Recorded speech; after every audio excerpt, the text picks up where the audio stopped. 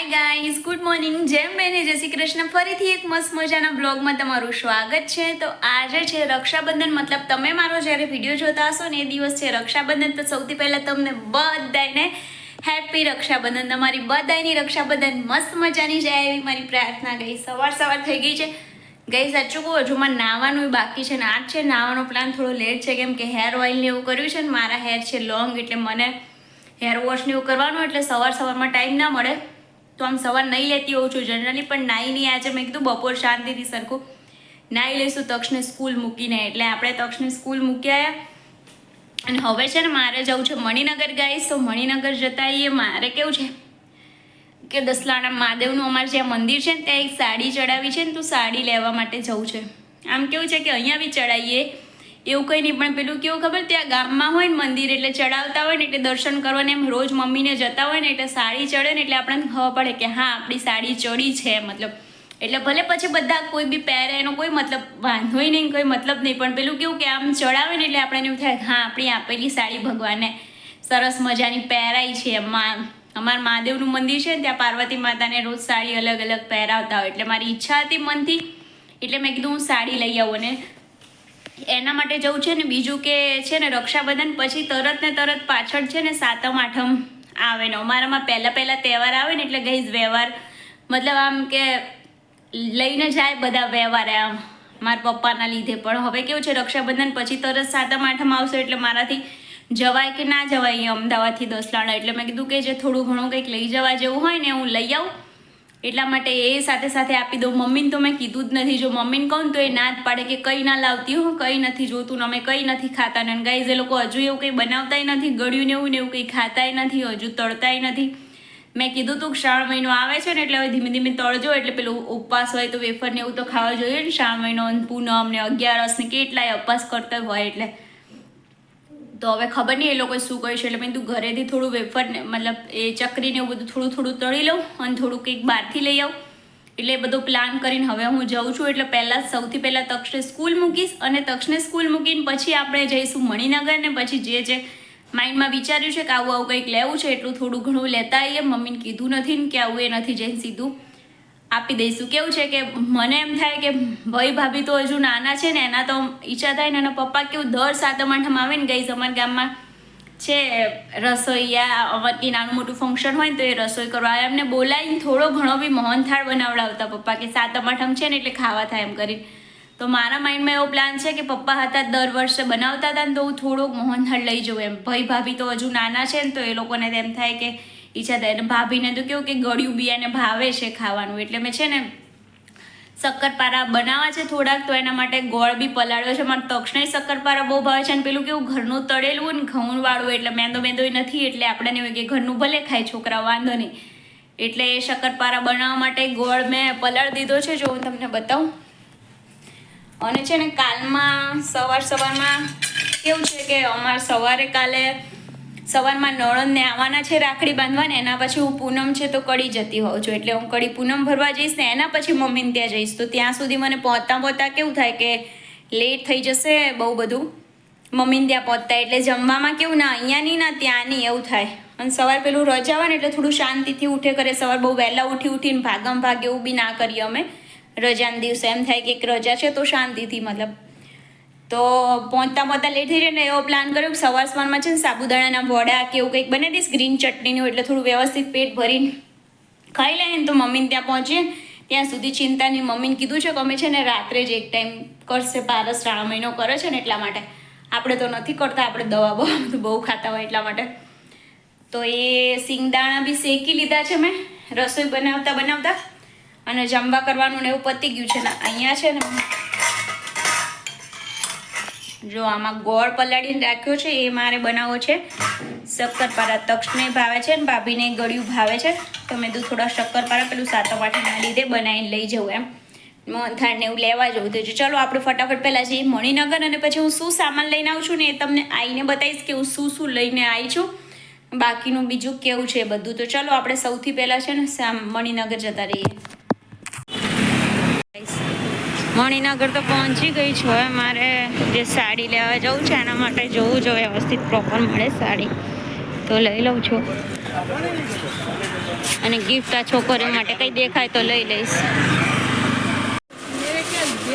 સાડી લઈ લીધી છે ગાઈઝ મેં, જો ઘરે જઈને બતાવીશ. અહીંયા કંદોઈમાંથી મોહનથાળ પણ લઈ લીધો છે મેં. હવે ઘરે જવું પાછી ના, હજુ ગિફ્ટ પેકિંગ કરાવવા જવાનું છે. કેટલાને લાયા? ચશ્મા લડામાં હાથનું છે. ગાઈસ જો મણિનગરથી આવી ગઈ છું, સામાન બધો લઈને. તમને એવી ને એવી જ લાગતી હશે કેમ કે છે એમને એમ જ ફરું છું. આજે હું તમને બતાવું સૌથી પહેલાં સાડી. હું મસ્ત મજાની સાડી લઈને આવી છું માતાજી માટે. ગાઈસ આવી મસ્ત પિંક કલરની સાડી લઈ આવી છું માતાજીને ત્યાં ચડાવવા માટે. જો ગાઈસ કેવી મસ્ત છે, આમ બાંધણી ટાઈપની. 1 મિનિટ બહાર કાઢો. જો મસ્ત પિંક કલરની સાડી છે ને, ચડાયા પછી કોઈને પહેરવી હોય ને તો હરખથી પહેરી શકે એવી મસ્ત સાડી લઈ આવી છું. આ છે ને આ ગિફ્ટ છે, એ તમને આગળ મણિનગરના વિડીયોમાં જોવા મળી જશે. મેં પેકિંગ ને એવું કરાવ્યું ને ત્યાં તમને બતાવ્યું કે હું શું લાવી છું ગિફ્ટમાં એમ. તો આ ગિફ્ટ લાવી છું આ છોકરીઓને રક્ષાબંધનની આપવા માટે, અને આ મમ્મીને ત્યાં લઈ જવા માટે છે ને ફરાળી કેવડો, અને આ ફરાળી ચીકી છે, અને આ મોહનથાળ જે મેં કીધું એમ કે પપ્પા દર વર્ષે બનાવડાવતા હતા ને, તો મેં કીધું ચલો આ વખતે હું થોડોક લઈ જાઉં એમ. મમ્મીને નથી કીધું નહીં તો મને બોલશે પાછી, જોશે ને તો અહીંયા કંદોઈમાં સારો મળે છે એવું પારસને પૂછ્યું ને તો પારસે મને એવું કીધું, એટલે મેં કીધું ચલો લઈ જાઉં થોડોક. તો એ મોહનથાળ છે, આ ચીક્કીએ ફરાળી છે ને કેવડો ફરાળી. અત્યારે બધા કેવું અપાસ ને આઠમ ને બધું આવતું હોય ને, એટલે મેં કીધું ફરાળી સામાન થોડોક લઈ જઈએ. એટલે જો આ બધું કામ પતાવીને હું ઘરે આવી ગઈ છું, ને ઘરે આવતા આવતા મને ગાઈસ 12 વાગે તક્ષને મૂકીને ગઈ હતી ને, ગિફ્ટ પેકિંગ કરાવવા ગઈ, એ લેવા ગઈ, સાડી લેવા ગઈ, એવું બધું કરતાં કરતાં છે ને જો 2 વાગ્યા, એટલે મતલબ 1:45 વાગ્યા છે. હજુ તમારે હેર વોશ કરી નાવું છે, શક્કરપારા કરવા છે. સાંજમાં ગાઈઝ એવો પ્લાન છે કે મારે અહીંયા એક મારી જેઠની છોકરી તક્ષને રાખડી બાંધવા આવે છે 5-6 વાગતાની, એના પછી અમારે જવાનું છે મારા મામાજી સાઈડના જે કઝિન છે ને બધા, એ બધા સાથે મળીને રક્ષાબંધનના લીધે અમે એક જગ્યાએ હોટલમાં બધા ભેગા થઈએ છીએ, તો એ ત્યાં બી જવાનું છે. એટલે હેર વોશ કરીને બી નાહવું બી જરૂરી છે, હેર વોશ બી કરવા પડશે, બહાર જવાનું છે એટલે રેડી બી સાંજે થવું પડશે. ઘરમાં બી કામવાળા અંકલ મારે છે ને એવું કહીને ગયા કે કોઈ કહેવા બી નતા રહ્યા કે હું જઉં છું, અને જતા રહ્યા છે ગાઈસ. તો પછી મેં ફોન કર્યો તો કે દશામાન વ્રત કરીને આવીશ, તો દશામાન વ્રત પત્યા પછી ફોન કર્યો તો કે કાલે આવીશ કરતા હતા, પણ હજુ આવ્યા નથી ને. હવે ફોન આવે છે બંધ, એટલે હવે રક્ષાબંધન સુધી આવવાના તો છે નહીં, એ તો ફાઇનલ છે. હવે કાલે બધા ગેસ્ટ આવતા હોય, આજે આવતા હોય, એટલે ઘરમાં બી સાફ સફાઈ ને કચરા પોતા વાસણ ને બધું કરવું પડશે ને. વાસણ બધું આપણે બાકી છે ગાઈઝ હજુ, કેમ કે સવાર ઉઠીને રસોઈ, ટિફિનનું, તક્ષનું જમવાનું, નવડાવો સ્કૂલ મૂકવું એ બધું કરીને સ્કૂલ મૂકીને સીધી જતી રહી મણિનગર. તો મણિનગરથી એ સાડી લીધી, પછી ગિફ્ટ લીધી, ગિફ્ટ પેકિંગ કરાવી, મીઠાઈ લીધી, આ ચેવડો ને એવું લીધું, એ બધું પતાવીને ઘરે આવતા આટલા વાગ્યા છે. હવે વિચારું છું કે પહેલાં છે ને લોટ બોટ બાંધી દઉં, શક્કરપારો ને એટલે લોટ છે ને થોડો પલળે ને, મતલબ સરખો પડ્યો આમ 1.5 કલાક એને બાંધીને રાખીએ ને તો એને છે ને બાઇન્ડિંગ સરસ આવી જાય, અને ગોળના લીધે છે પ્રોપર ગોળ અને લોટ મિક્સ થઈ જાય એવું મારું માઇન્ડ કહે છે. હવે એવુંમાં કઈ લોજિક શું છે મને ખબર નથી. લોટ બાંધી દઉં ને પછી છે ને હેર વોશ કરી નહીં લઉં ત્યાં સુધી તક્ષને લેવાનો ટાઈમ થઈ જશે. તો ચલો પછીથી મળીએ. અને તમારા બધાની રક્ષાબંધન કેવી જાય છે ને કહેજો ગાઈઝ. જો હું મારી મમ્મીને ત્યાં જવાની છું કાલ, તો કંઈ એવું રેડી નથી થવાનું, સિમ્પલ છે ને પ્લાઝોન કુર્તો ઘરમાં જે પહેરું છું ને પહેરીને જવાના છીએ આપણે.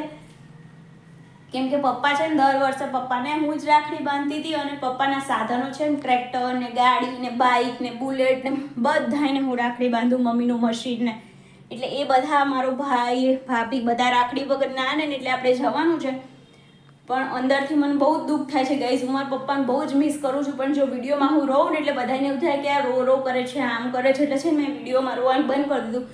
બાકી અંદરથી અને એકલી તો હજુ ઘણી વાર ને ઘણી બધી રડું છું. હવે તે તહેવાર આવે ને ગાઈઝ, એટલે જેનું ગયું હોય ને એને જ ખબર પડે કે કેટલું દુઃખ થતું હોય ને એ લોકો કેવી રીતે રહેતા હોય. કેમ કે મારા 4 ફોઈઓ છે ને, મારા પપ્પાને 5 ભાઈ હતા, એટલે 4 ફોઈઓ 5 ભાઈઓના ઘરે પહોંચી ના વળે ને એટલે એ રાખડી મોકલે. એમને બી એમની દીકરીઓને આવતા દર વર્ષે પપ્પાને મેં જ રાખડી બાંધી છે. મને અહીંયાથી પહોંચતા લેટ થાય ને તો એમ કહે કે આ ક્યારે આવશે મારે રાખડી બાંધવાની અપેક્ષા, ક્યારે પહોંચશે એવું કરતા હોય મને. આમ અને અંદરથી એટલું દુઃખ થાય છે કે પહેલું એવું રક્ષાબંધન આવે છે કે મારા પપ્પા નથી એમ. પણ ગાઈઝ એમાં શું કરી શકીએ, પણ મારો ભાઈ છે તો એને ભગવાન 100 વર્ષનો કરે, એની રક્ષા કરે, એના ધંધામાં એને સારી આગળ લાવે એના આશીર્વાદ માટે તો એને તો રાખડી બાંધવા આપણે જવું પડશે, એટલે આપણે જવાના છીએ. અને જો ગાઈઝ એક સાચી વાત કહું, દર વર્ષે હું મારા ભાઈને છે ને ચાંદીની રાખડી જ લઈ જતી હતી. મારી મમ્મીએ મને આ વખતે ના પાડી હતી કે તું મને જ્યારથી સમજણ આવી ને ગાઈઝ, હું સ્ટડી કરતી હતી ગમે તેમ, હું છે મારી પોકેટ મનીમાંથી બી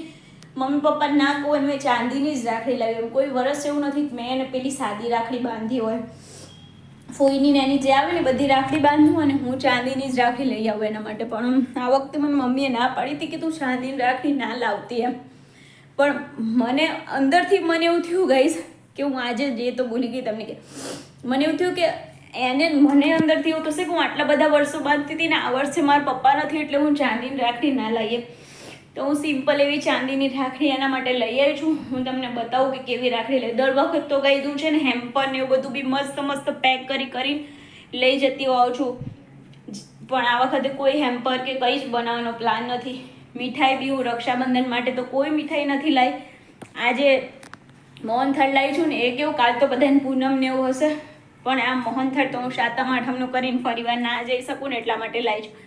એ ચીકીને એવું લાવી છું એ ફરાળમાં, એ ખવડાવી લઈશ ગળ્યા મોઢામાં. બાકી હું એવી કોઈ મીઠાઈ કે એવું કંઈ લાવી નથી, કેમ કે હું અંદરથી તો મારા પપ્પાને બહુ જ મિસ કરું છું. હું તમને પહેલાં રાખડી બંધાવું. સારો તહેવારનો દિવસ છે ને એટલે રડવાનું નથી. કાલે બી હું અહીંથી બી બહુ સ્ટ્રોંગ બની જવાની છું કે ત્યાં જઈ મમ્મીની સામે કે ભાઈની સામે હું રડું નહીં એમ.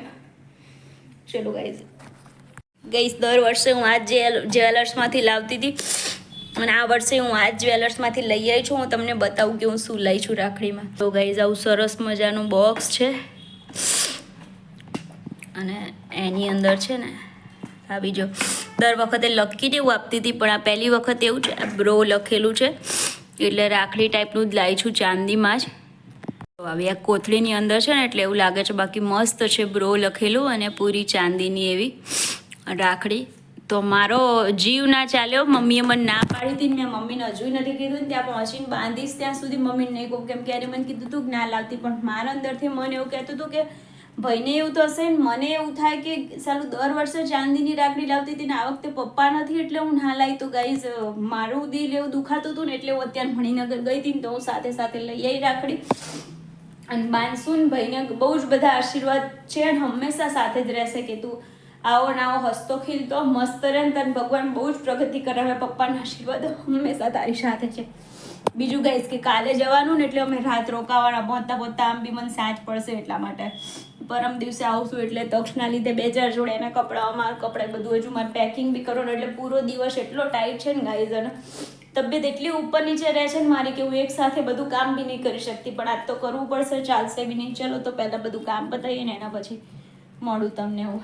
એ નહીં તો આજનો વિડીયો અહીંયા જ પૂરો કરું છું ગાઈઝ. ફરીથી મળશું એક નવા બ્લોગ સાથે. ત્યાં સુધી તમારી પ્યારી અપેક્ષાના બાય. જય મેને જય શ્રી કૃષ્ણ. ગાઈઝ તું બ્લોગ બનાવવા રહીશ ને તો મારું કામ રહી જશે અને બંનેમાં મેચ નહીં થાય, એટલા માટે મેં કીધું ચલો બ્લોગ અહીંયા જ એન્ડ કરી નાખું, એટલે મારા બ્લોગને એડિટ બી કરવો પડશે કાલે સાંજે મૂકવા માટે. હવે આજે સાંજે તો શું આવશે ખબર નથી. આ છે રક્ષાબંધનના આગળના દિવસે હું શૂટ કરું છું, કાલે રક્ષાબંધનના દિવસે મૂકીશ. તો બધાને ફરીથી વન્સ અગેન એકવાર હેપી રક્ષાબંધન. તમારે બધાને રક્ષાબંધન મસ્ત જાય, મારી દિલથી પ્રાર્થના. Bye guys, love you, by.